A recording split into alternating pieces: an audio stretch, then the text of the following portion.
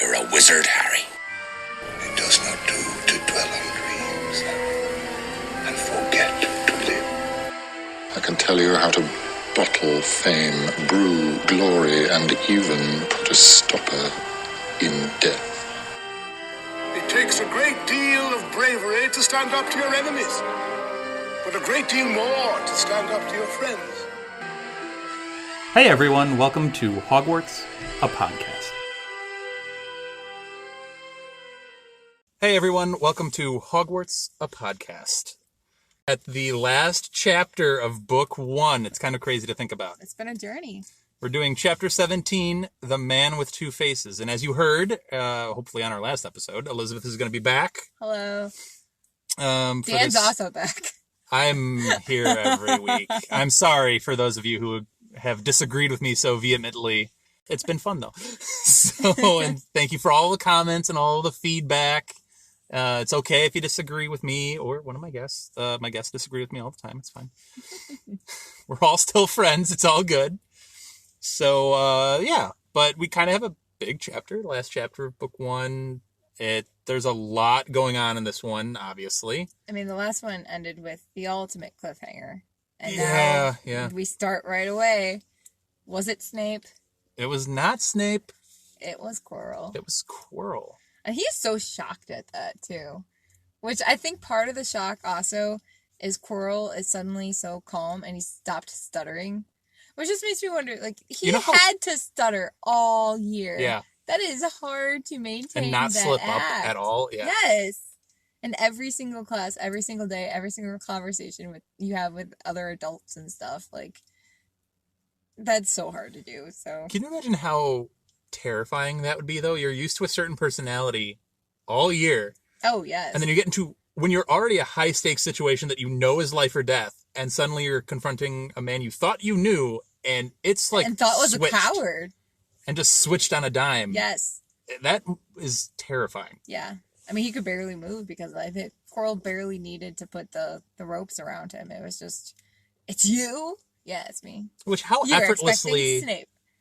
But this was the thing I was talking about in the last chapter with Harry. Mm-hmm. It's like, you think you're going to rush in here and just bulldoze through everything and say that it... And then with just like a clap of his hands or a snap of his fingers, I forget which, he has Harry completely bound in like ropes already. Yeah, it's like, what were you planning Where on was doing? your plan here? Exactly. It was just You're outmatched. Like, I see you. That's bad. Stop it. I caught you. No, it's no, like, it's what an exactly adult was your wizard. plan here, you know? And if you're trying to yeah. steal a stone, clearly you're not going to be carried about the safety of a child. No. Luckily for Harry, Dumbledore did establish the last of the trials, yes, which is darn near unbeatable. Yes, the most fascinating out of them, I think. Oh, well, yeah, for sure. It's like, but again, if I'm Flitwick or McGonagall, I'm like, I feel like we underperformed here a little bit. We could have done better. And we didn't. They got A's, and Dumbledore just like A+++++. He just completely annihilated. I think the Dumbledore assignment. just goes up to them and be like, okay, you guys do this. I'm going to do this over here, though. That's going to really be good. It's a fascinating thing to like. It is. Just look in the mirror, and will you be pure enough of heart to get the stone? So it's interesting, though, because Harry knows how to work the mirror, obviously, by now. Mm-hmm. So, and he has that little, like, internal speech to himself about, like, come on, Harry, this is what you really want. This is what your heart really desires. And then he sees himself in the mirror, and that whole process takes place. Right. How much of it, if any, do you think is Harry willing himself to see a certain thing? And how much of it is just purely Dumbledore's bewitching of the mirror? Well, I was wondering about that too, because the mirror itself, Dumbledore moved it after Harry discovered it. Correct. So part of me wonders if Dumbledore purposely put the protection that he did based on the knowledge that Harry eventually is going to run into it again. And Harry, out of anybody, would be pure enough of heart to get the stone out of it. I mean, yeah.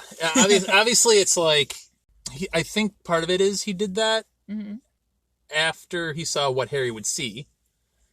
Whether you want to say he built it for Harry, or he bewitched it for Harry, or he Or did he even know that Harry would be able to get it anyway? I don't know. I mean, I think he would know just because I think he was so struck by what Harry saw in the mirror for the first time. Because, I mean, like, Ron sees himself as just this amazing, better than everyone else kind of a thing. And I think a lot of people look in the mirror and what do they want? They want to be rich. They want to be, famous, powerful, like all the things. They want to be better than others. And Harry doesn't want to be better. He just wants to be loved and see his family in that sense. And I think that would have stuck with Dumbledore, that an 11-year-old has that pure of a heart still, despite everything he's gone through. Yes. So I really wonder if he got inspired by Harry to then design it that way, or if he did design it purposely for Harry. And I don't know if there is an answer to that, but one way or the other, it worked out in Harry's favor. I mean, it's a brilliant idea, which Dumbledore says himself later. It's like it's one of my more job, me. Yeah, it's one of my more brilliant ideas, which between you and me says a lot. It's a very not so humble brag by Dumbledore, but it's a brilliant idea to have someone who can find the stone, who just wants to find it but not use it. Right. Brilliant piece. Because it'd be so rare. Yeah. If you're going after the stone, breaking past all those obstacles, it's either you're trying to steal it or you're trying to stop somebody else. So, I mean, it makes sense. It is. But also, how powerful must Dumbledore be to be able to bewitch a magical object of such... Yeah, you're like overriding the code of the magical program. It's a powerful magical object that he just like you said, rewrite the code on. That's not simple. That is very advanced skills that need to be had to do that. It's... If you stop and think about it, it's just impressive, Yeah. There's, of course, the other shock about it being Quirrell. It's not just Quirrell. Guess who's in the back of his head? Yeah. So I guess Harry was maybe half right in that he was expecting Voldemort to maybe be there. Yeah. So I mean, he knew half, Voldemort was going to benefit from the stone. He just thought Snape was getting the stone for Voldemort. Right. But he's been chilling in the back of Quirrell's head this entire year.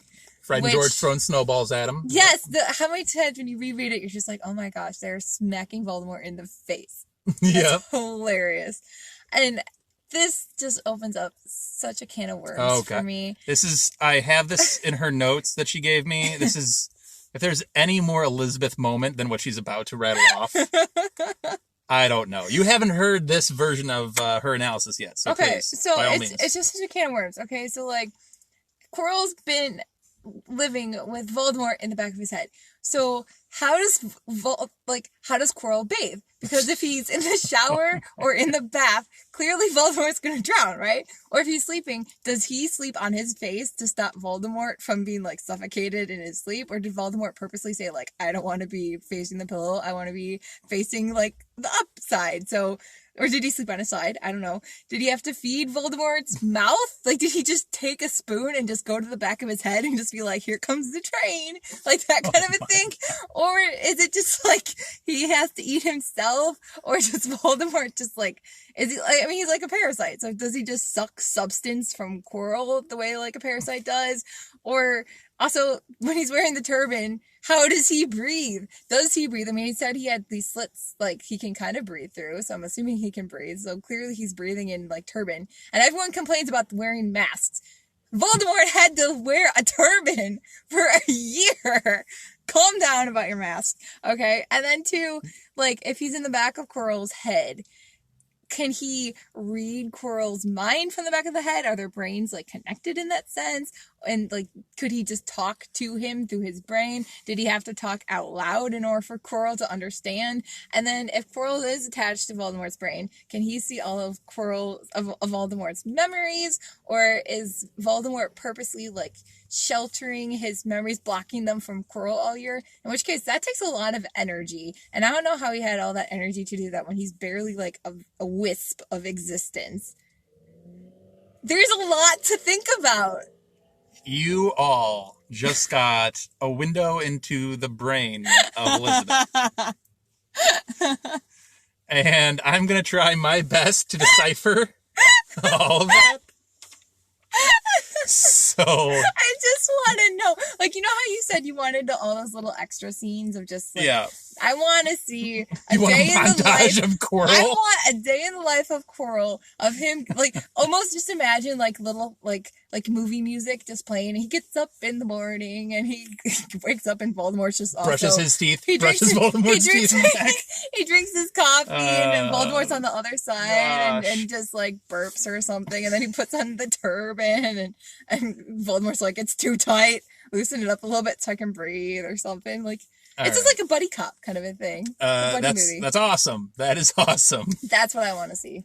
I'm gonna try as best as I can to respond to that with any sort of logic. You don't have to respond. It's okay. It's just what I noticed, and I wanted everybody else to also notice. Well, everybody's gonna hear it. No. So Voldy is not alive nor dead, right? He's like you just called it, a wisp of existence. Yeah, it's his basic form. So I don't know that he necessarily needs to eat, drink, or breathe even. He's like... I know he gets the substance from like the Quirrell drinks blood. it Right. for him, though. Right. So it's like... He's also, like you said, a parasite. So he like is living via... But even Quirrell. Parasites have to have, like, basic functioning, I guess. Yeah. I mean, if it was just eyes in the back of his head, then I could be like, okay, it's just eyes. But the fact that they talked about, like, the slits of his nose, and, like, he can somehow talk, right? His voice doesn't come through Quirrell's mouth. It comes through the back of his head. Yeah. It's just a fascinating thing. And I always think about the video game. I mean, granted, it was, like, I don't know, early 2000s, so the graphics were not great. But I always just picture when Quirrell turns around, and then there's the turban is gone, and then there's Voldemort's head, and it's comical in those games. Or like the movie that has like the literal face of Voldy like right on the back of his head. It's just such a weird thing to picture. It is a weird thing to picture. But it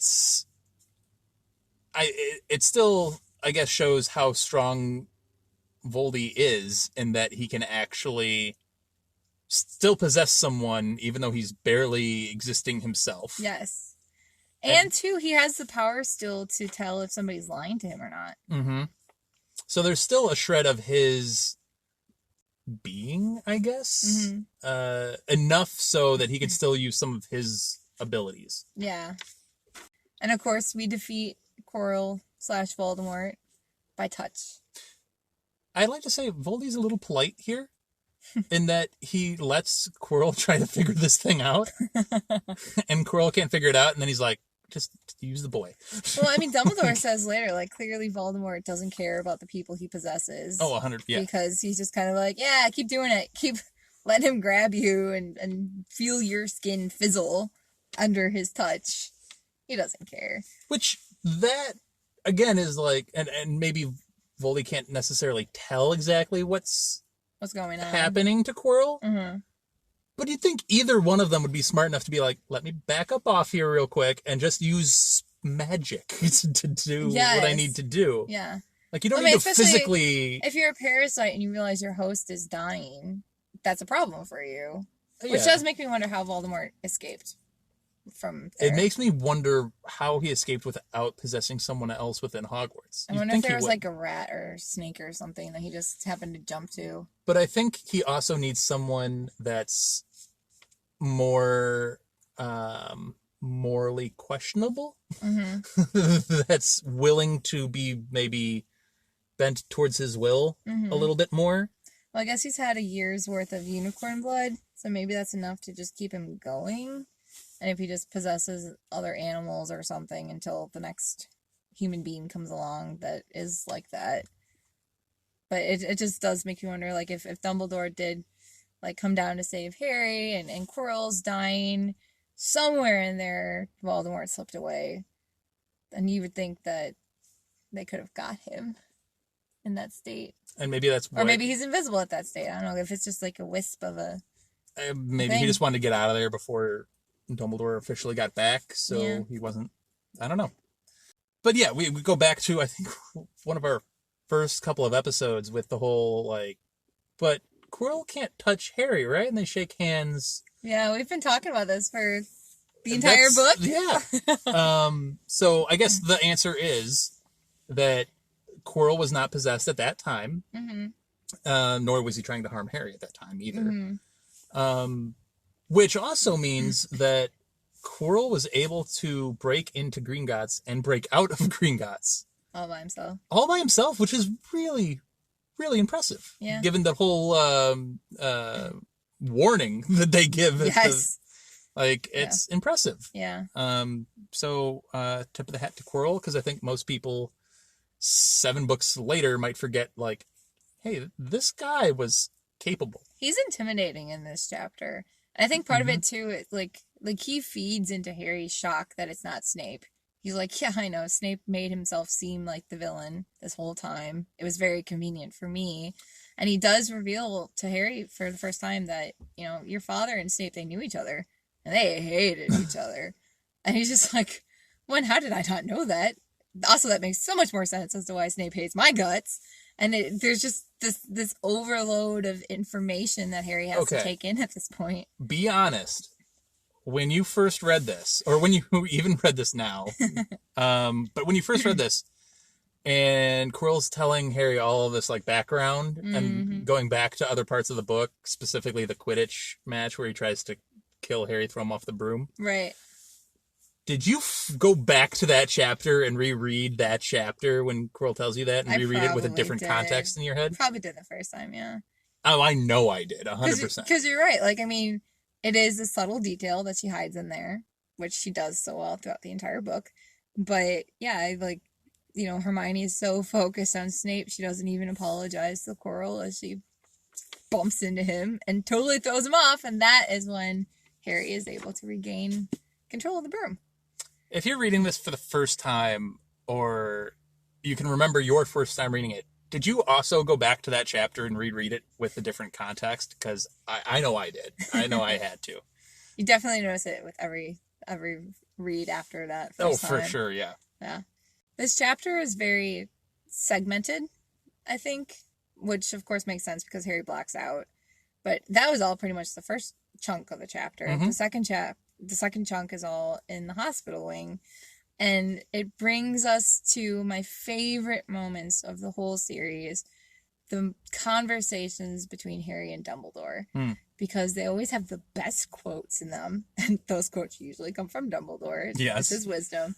But we start off, he's, just waking up, doesn't realize how much time has gone by. He sees all the favors from his admirers, including Fred and George's toilet seat. Great callback. I love that. Well, Pomfrey said it was not sanitary. She confiscated it, yes. But they tried, and that's a thought that counts. It is a thought that counts, absolutely. But yeah, so here he immediately wants to know about the stone. I've been focusing on the stone for months now. That was why I went down and risked my life. Tell me what happened to it.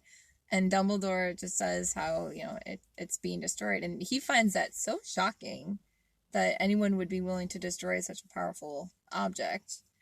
And Dumbledore kind of grins at that. And he's like, to the well-organized mind, death is but the next great adventure. And yes, my friend Nicholas Flamel, he is going to die. But it's a happy thing. It's a good thing. And I love that quote so much. Like, I'm a pretty morbid person. And this is like my flavor of morbid. Because it's looking at death as a beautiful thing and something to be celebrated and an adventure that everybody will go through at one point or another. And for Nicholas Flamel and his wife, it's that time for that adventure. And I love that sentiment. And for Harry being so young, he doesn't necessarily understand that. Like, how could anyone choose death over life?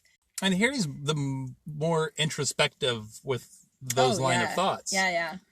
Dumbledore had another great quote that I love. He's had several in this chapter. I love it. He says, "The truth, it is a beautiful and terrible thing and should therefore be treated with great caution."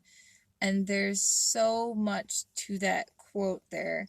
I mean, we've talked before, and you've talked with, I think, every single guest, how Dumbledore is so reserved with information. And he reveals it when he deems it necessary. Here.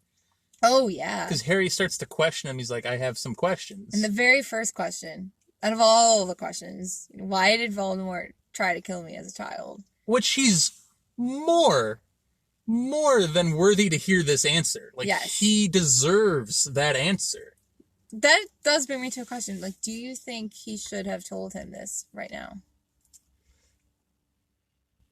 Because Dumbledore says, I have an answer, but I'm not going to give it to you today. You will know eventually, but just not today. It's not time yet. I understand Dumbledore wanting to withhold that information, obviously. But Harry has a right to that knowledge, though. Like, he has a right to know. Whether it's at 11 or 17 or whenever. Or anywhere in between. Yeah. He has a right to that information. I will actually say no, he shouldn't tell him right now. And I was trying to think about it because I did pose the question myself. I was like, I don't know, because I was thinking very much that too. And I think that Dumbledore at least recognizes now that Harry has just gone through such a huge thing. And this was like first step of a much, much longer journey. And after step 1, maybe isn't the time to reveal, here's what the end game is. Can I pose an additional question to you? Okay. That I think Dumbledore might not be willing to answer this question because, well, he knows maybe the answer to it. He doesn't know enough about that answer. You know what that reminds me of?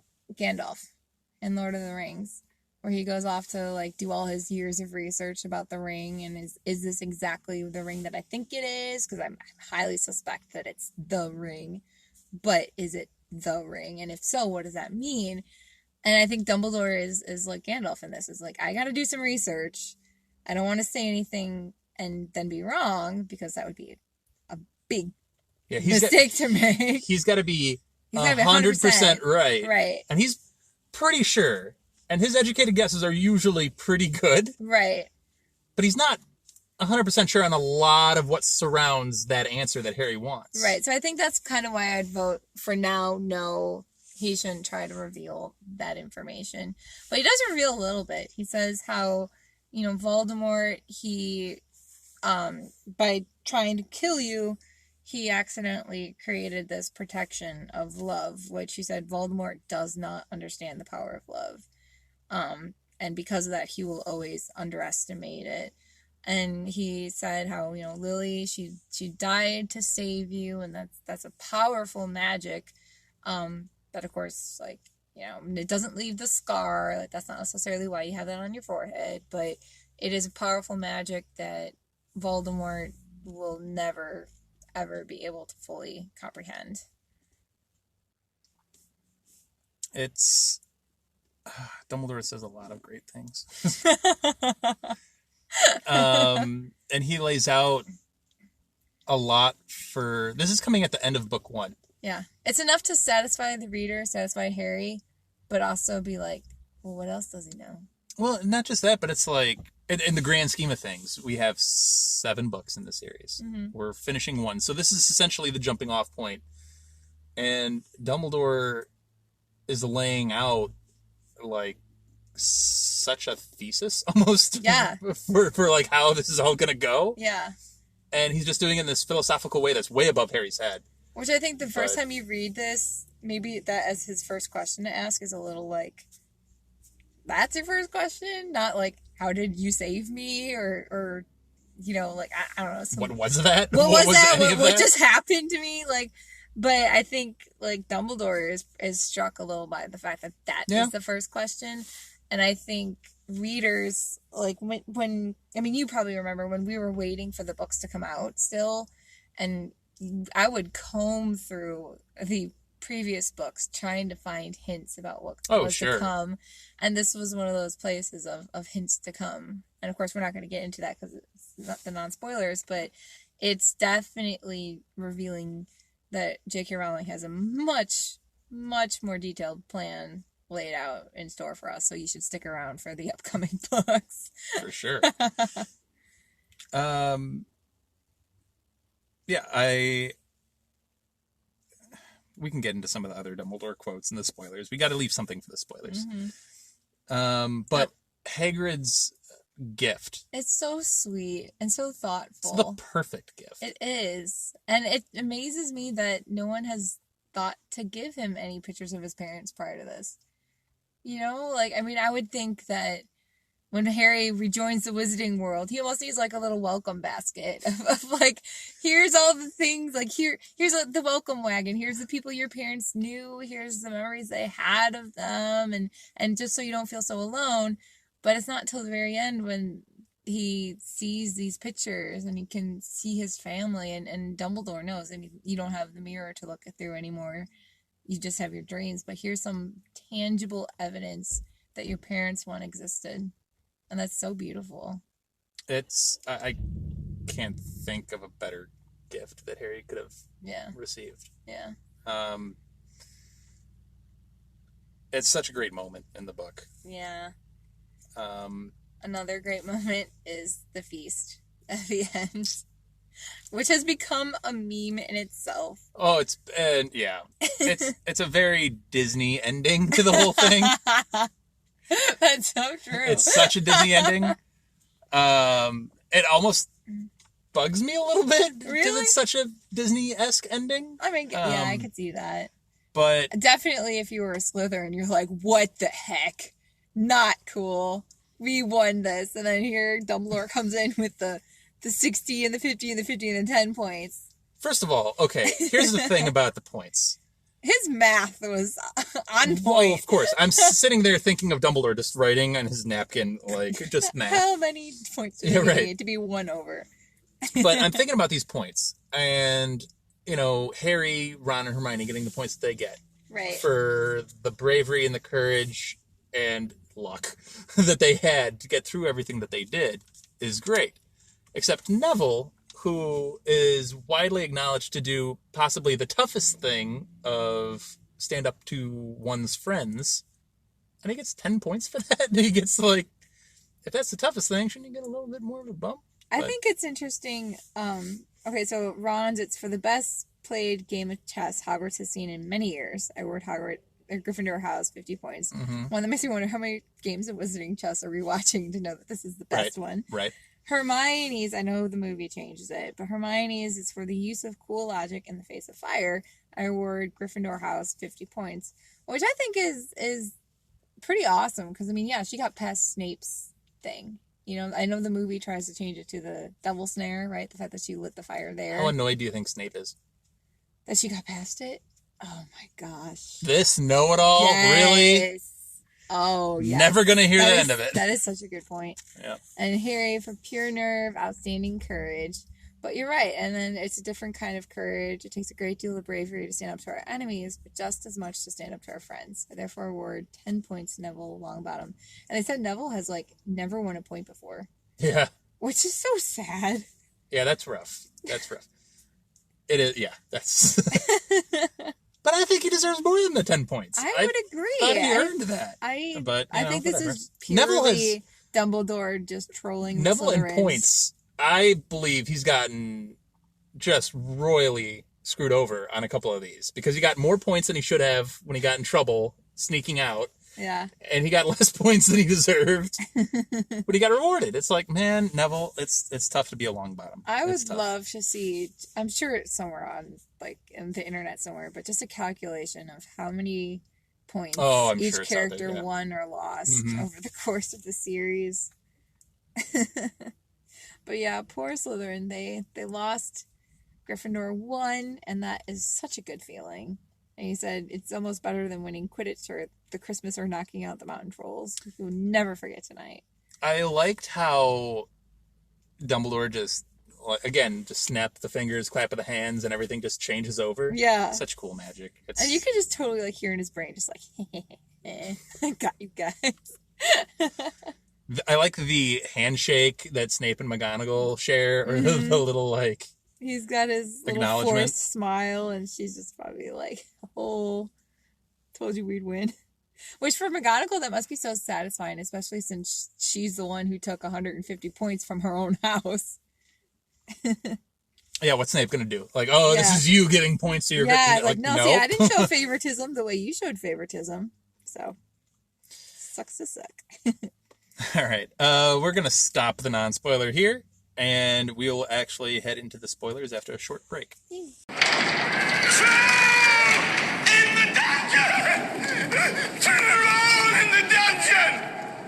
All right, so we are back with the spoiler section of the last chapter of Book 1, The Man with Two Faces.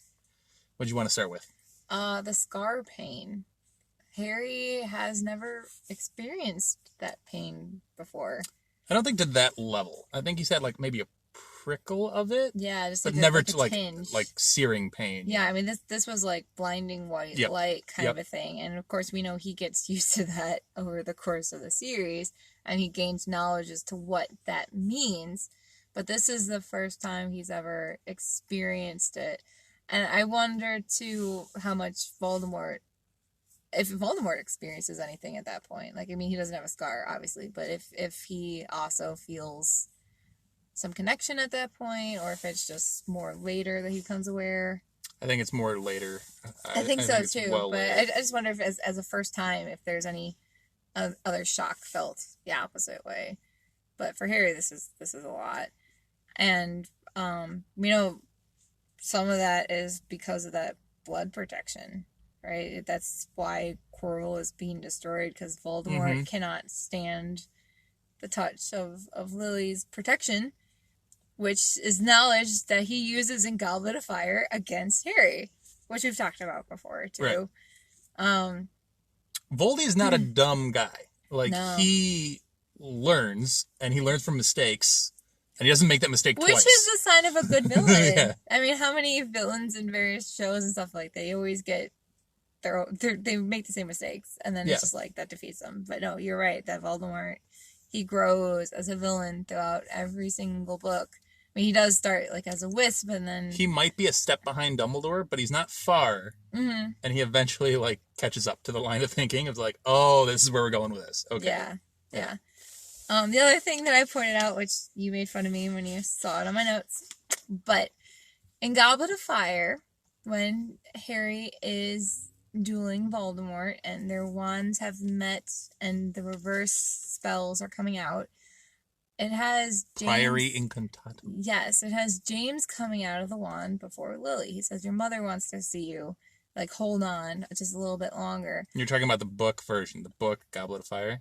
Yes. Okay. Is the movie different than that? I think they come out together, maybe. Ugh, I'd have to rewatch the movie. It's been a minute. Obviously this is wrong. This is the opposite order. James died first, then Lily, so Lily should have come out of the wand first and then James. But this is obviously just J.K. Rowling's plot device of trying to add to the moment because your mother wants to see you is strong for Harry. But yeah, it was just... It'd be interesting to go back to 7 and go through like... Because I think in 7, they almost recreate the steps through Snape's memories. Mm-hmm. And James would be the first one there, too. To die? Yeah. Lily has to be the last one because she's defending Harry. It wasn't in Snape's memories. It was when...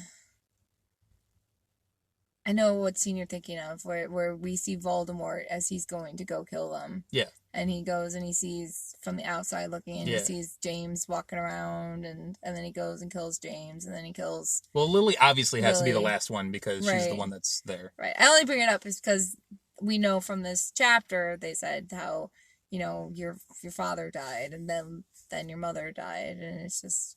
It always makes me kind of chuckle, because it's like... She flips it later on, but that's a purposeful device kind of a thing. But more love for the Dumbledore-Harry scenes.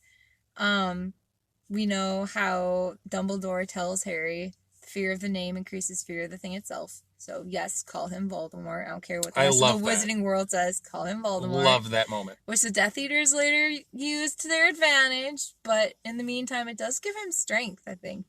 And I think it kind of like... it gives it him... reaffirms a lot for him. Yeah, it's like, okay, this is the man who destroyed my life. I'm not going to be afraid of saying his name. I'm not going to give him that satisfaction the way everyone else does. Then he does the same thing with Hagrid later, because Hagrid comes in, gives him the book, and Hagrid yells at him for using the name. Like, no, I met the guy. That's what I'm going to call him. Yeah. Yeah. And then with the question, right? Why would Voldemort want to kill me in the first place? Mm-hmm. Because of the prophecy. Dun, dun, dun. Like, we know so much about the prophecy, and Dumbledore knows at this point the prophecy is unfulfilled. Yeah. There's still some question marks I think Dumbledore has in this whole process. Like,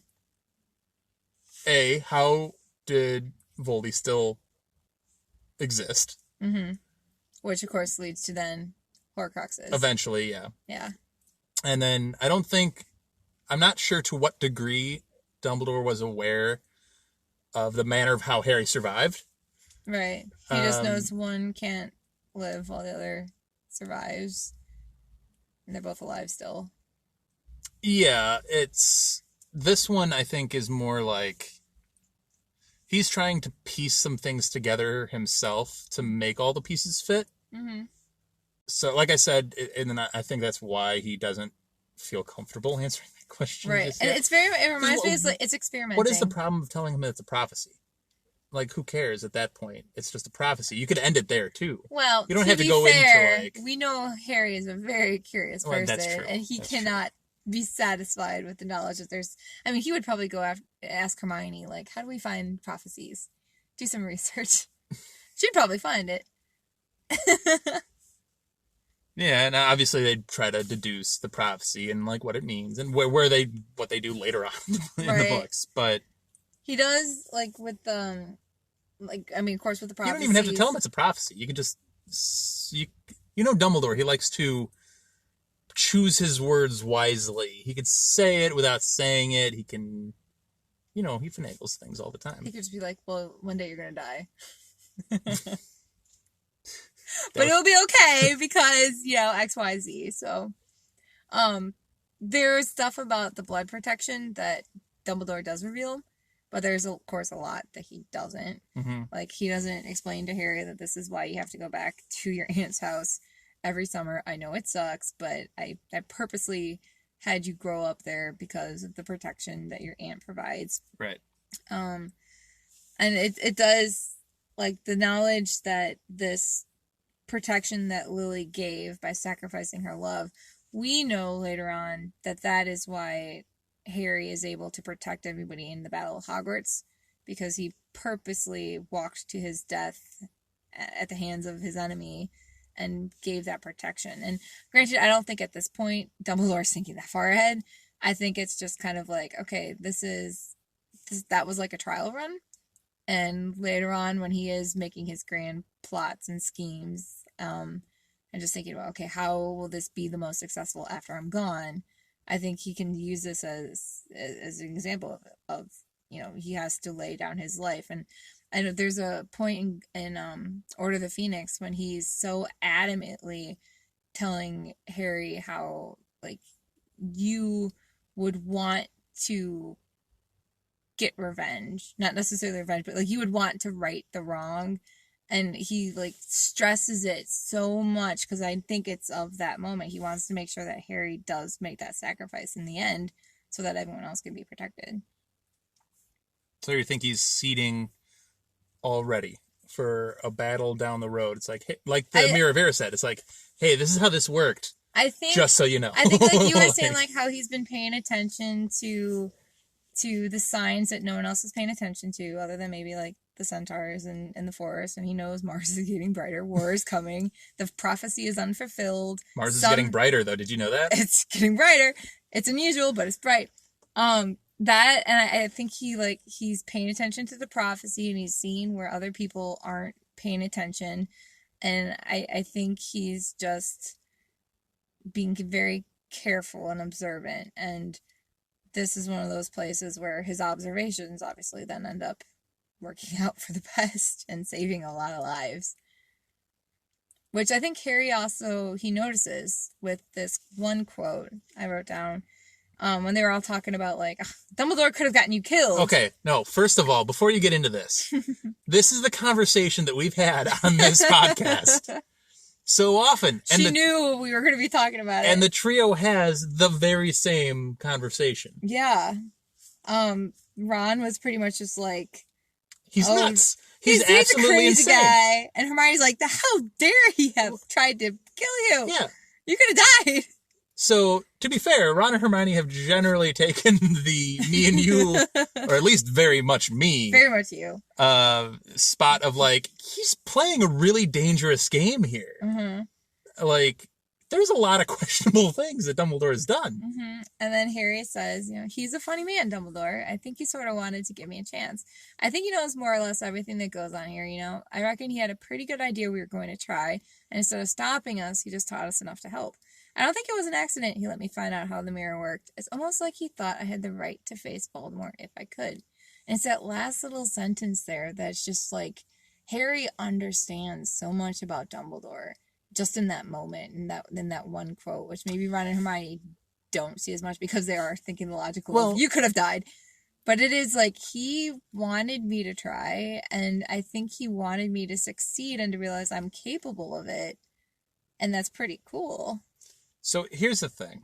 With that quote, I agree with Harry on 2 points. I think he knows more or less everything that goes on here. Oh, 100%. 100% yes. You would be amazed how much, like, teachers end up knowing about everything that's going on around them. He has his finger on the pulse of what is going on around, forget just Hogwarts. He has his finger on the pulse of everything going on in the pretty much everywhere. Ministry of Magic's realm here in London and the greater UK area. And he's got the hog's head to give him the gossip, too. And McGonagall says at some point in the last chapter, I believe, about how he's a great wizard. He has many demands on his time. Yeah. He's clued in. Yeah. He knows what's going down everywhere. Yeah.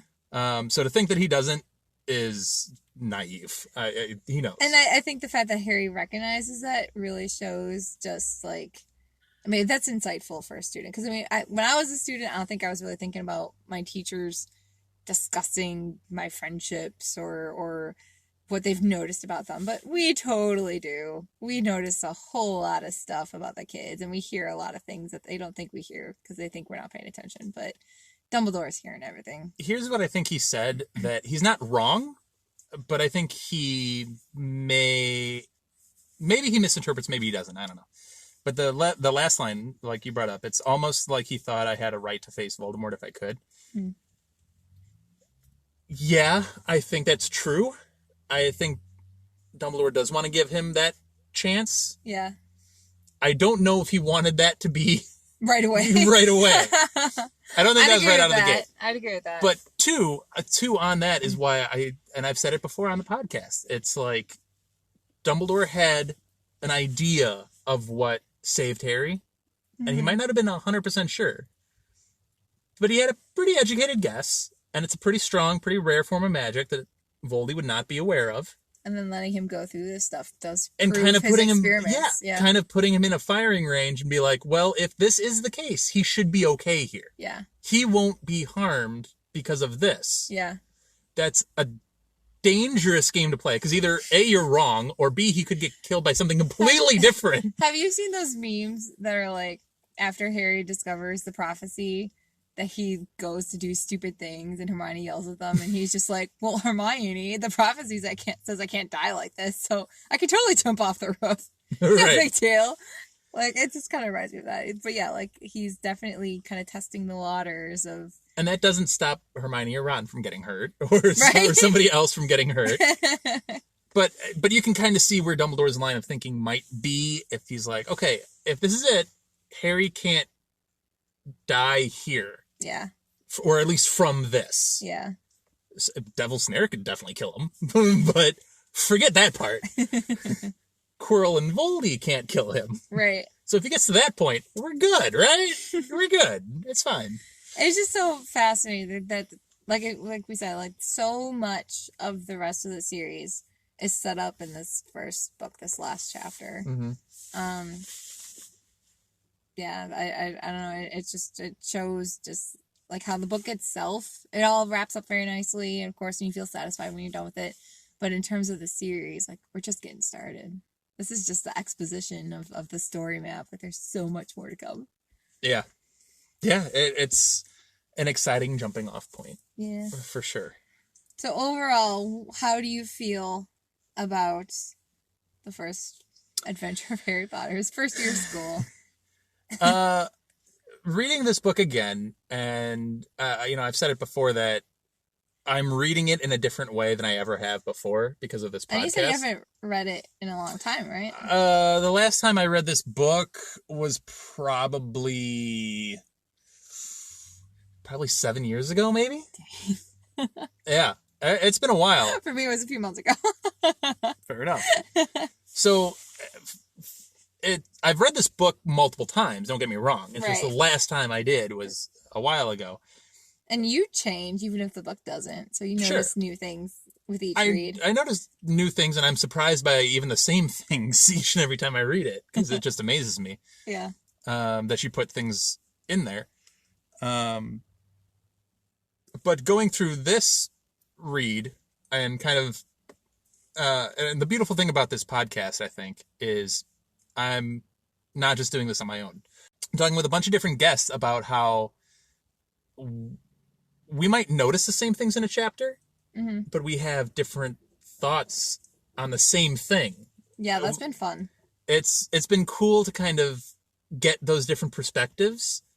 And, I've heard a bunch of people like to disagree with me, and that's so cool. And that's great. And I love it because, I'm here to kind of get my own thoughts out of this, because I noticed, like, Dumbledore. I've been harsh on Dumbledore this entire first book because I'm like, guy is playing a very dangerous game. And, if he's off even a little bit, things can go drastically wrong. Yeah. I've defended Ron more than I think I've ever done. I've defended Neville, and Neville's reshaped what I think a Gryffindor is because of this read in for this podcast. And it's been cool, and to hear a bunch of different people's takes on the Mirror of Erised. We've had multiple discussions on the Mirror of Erised, which I never would have thought of prior to this, and it's cool to hear those takes. Yeah. So, and not to put you on Front Street here or anything, but some of the takes you've had on this podcast have been great, and I think you've shown a light on some things that people don't think of. You're making fun of my Quirrell and Voldemort observations. You just let a lot of people into your way of thinking on that. But no, I'll give you one example. The one example that I've talked to a lot of people about recently was your dragon comment in the Forbidden Forest chapter. Where it was, I think it was the Forbidden Forest chapter, where it was like, you've had Norbert as a young dragon, and then the middle-aged dragon in Goblet Dragon. in Goblet of Fire, and then the aging dragon. Never, ever crossed my mind at any point in time. Well, that's such a fun thing about, literature in general. Like, in case you don't remember, I'm an English teacher, and I love having these kinds of discussions with the stories I read with my classes, because there are the different interpretations, and even after teaching the same stories, for 10 years now, there are still moments when the kids bring up comments that crack me up, because I never thought of things like that, or they phrase it in a new way, or as time goes by and the kids become, slightly different based on the things going on in the world or with technology and stuff, like they notice different things too. So that's always really fun.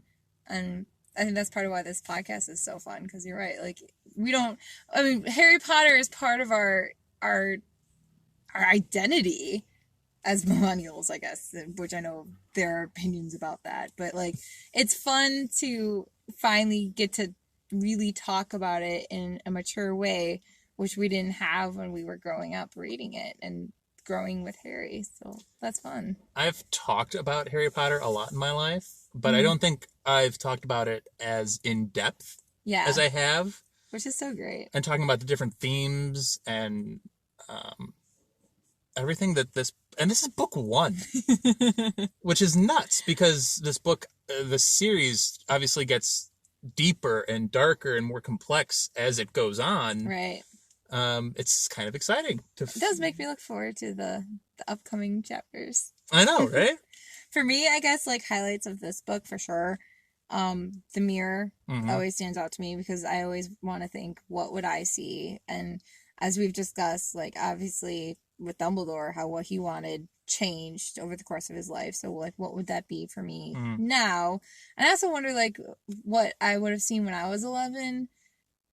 I wonder if what I would have seen back then, that now, like my 11-year-old self would be proud of, like, who I've become, which is kind of a nice thought. And then the cloak always sticks out to me because, I mean, who hasn't at one point or the other wished that they were invisible, if not to, like, escape from people, but maybe to, like, observe what's going on around. And you always have, like, you know, in movies and stuff, when people, you're invisible or hidden, and then you hear people talking about you, that kind of thing. But for me, it would just be so interesting to be able to walk around freely and just completely observe everything without anyone noticing, and just see, like, what that's like, you Without know? having to worry about, like, people reacting to your reaction. Yes. Like, I just think that'd be so cool. And I don't know, like, maybe it's just like the artist or the poet in me or something. I just think it'd be fascinating to look at the people around me as characters and observe them in their element without me there. I don't know. And then the houses. The houses, I mean, how can you read this without sorting yourself? There's so much self-reflection that has to occur when you read the sorting. Well, and I'm proud that we've talked about, in terms of the houses, that the idea of you can only be in Gryffindor if you're this is wrong. Right. Or you can't be in Ravenclaw because you're this. It's absurd. You're always a mix of different things. Which I love how she has the hat stalls. I think that's the perfect solution to that argument of, well, nobody is this, or this. You know, like, nobody's pure good, pure evil, pure It's always whatever. a little gray area. Yeah, and I think I think that by writing into the story the idea of there being a house stall, that was the perfect solution to acknowledging that, yeah, people are bits and pieces of other houses. People are complicated. They are complicated human beings, right? Yeah. And I think it's just kind of fun to reflect upon yourself and think, okay, well, if I'm honest with myself, where would I be? And why are these the qualities that stand out the most to me? Why are these the things that I value the most? And what does that say about me? And how would I react to things in maybe the same way that Harry does, or maybe differently than Harry would? And I just think it's a cool identity kind of a thing, which I know as millennials, again, we grew up with the books, so we were shaped by that. So everybody knows their house. And I will admit, sometimes when I look at my students, I'll sort them because I'm like, I can tell you would be in this house or this house. But I don't know. I just think it's a fun little identity thing to think about. This book gives you, you know, it gets, I think we talked about this too earlier in the episodes, of, like, this book gets a not a bad rap, but it gets a stigma of being a young adult kid book. Right. But I think we've proven that there are some bigger themes, some more adult themes buried in maybe some more childlike storytelling. There's a lot of depth to it, yeah. Yeah. I think I will say, like, for me rereading, because obviously I reread it a lot. I try every year. I do tend to rush through this one more than the others. And I guess that's, one, because it's so short, and two, I mean, it takes over 100 pages just to get to Hogwarts. And I'm like, I know what a wizard is. I know what this means. Like, let's just go. Come on.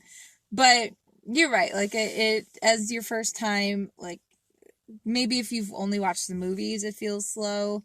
But everything goes so quickly. There's not a lot of filler chapters. Right? Like you've said before, like, the months get skipped over. And suddenly we're in Halloween. Now it's Christmas. And this. And it's just, I don't know, like, it is simple and straightforward, There are some chapters that I go back to, like the Diagon Alley chapter I go back to because it's such a introduction to magic. It's so vivid, too, with the description. The Journey to Platform 9 3/4 I go back to because that's where the trio really, like, meets. Yeah. And Harry and Ron's friendship really forms. Like, there are some things to go back to and be like, wow, this moment is so incredibly important. Yeah. And it's cool. It's not just, like, important, but it's also, like, a really good, interesting read versus, like, maybe some of the, like, earlier chapters where, yeah, it takes forever for him to, like, just get a letter. Yeah. Or, like, yeah. Those are a little bit more of a, shout out to Anna for doing those chapters. Those early boring Dursley chapters. Yeah. The Dursley chapters are always interesting, but I do like how the book ends with the sense of I'm gonna mess with Dudley so much this summer. He finally gets the chance. It's a very interesting bookend of like. It's an optimistic thing considering he's now going to the despair of the Muggle world and the knowledge that like everything that I just experienced was almost like a dream, and it was such a good dream, even if there were nightmarish elements. And I can't wait to mess with my cousin. It's gonna be so much fun. Yeah, it's a good place to end it. And that's where we'll end ours. Guys, this is the end of book 1. But we have a lot of exciting stuff coming up, coming forward.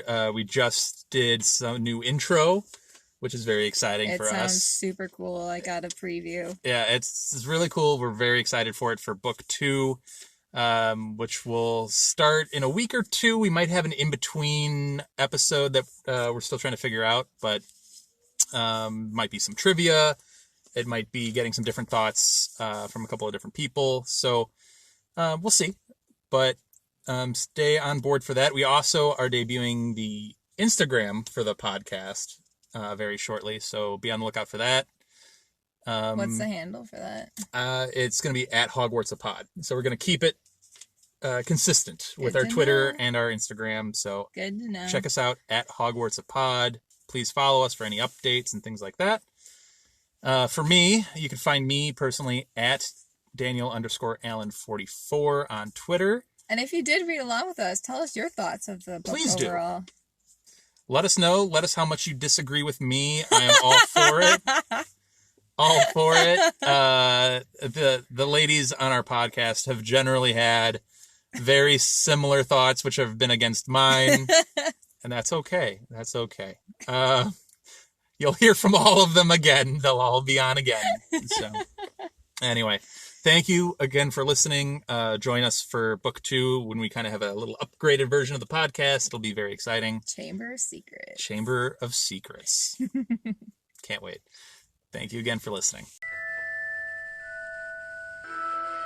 Thank you for listening to Hogwarts, a podcast. If you like what you've heard, please click the subscribe button on your preferred podcasting app and follow us on Twitter and Instagram at Hogwarts-a-Pod.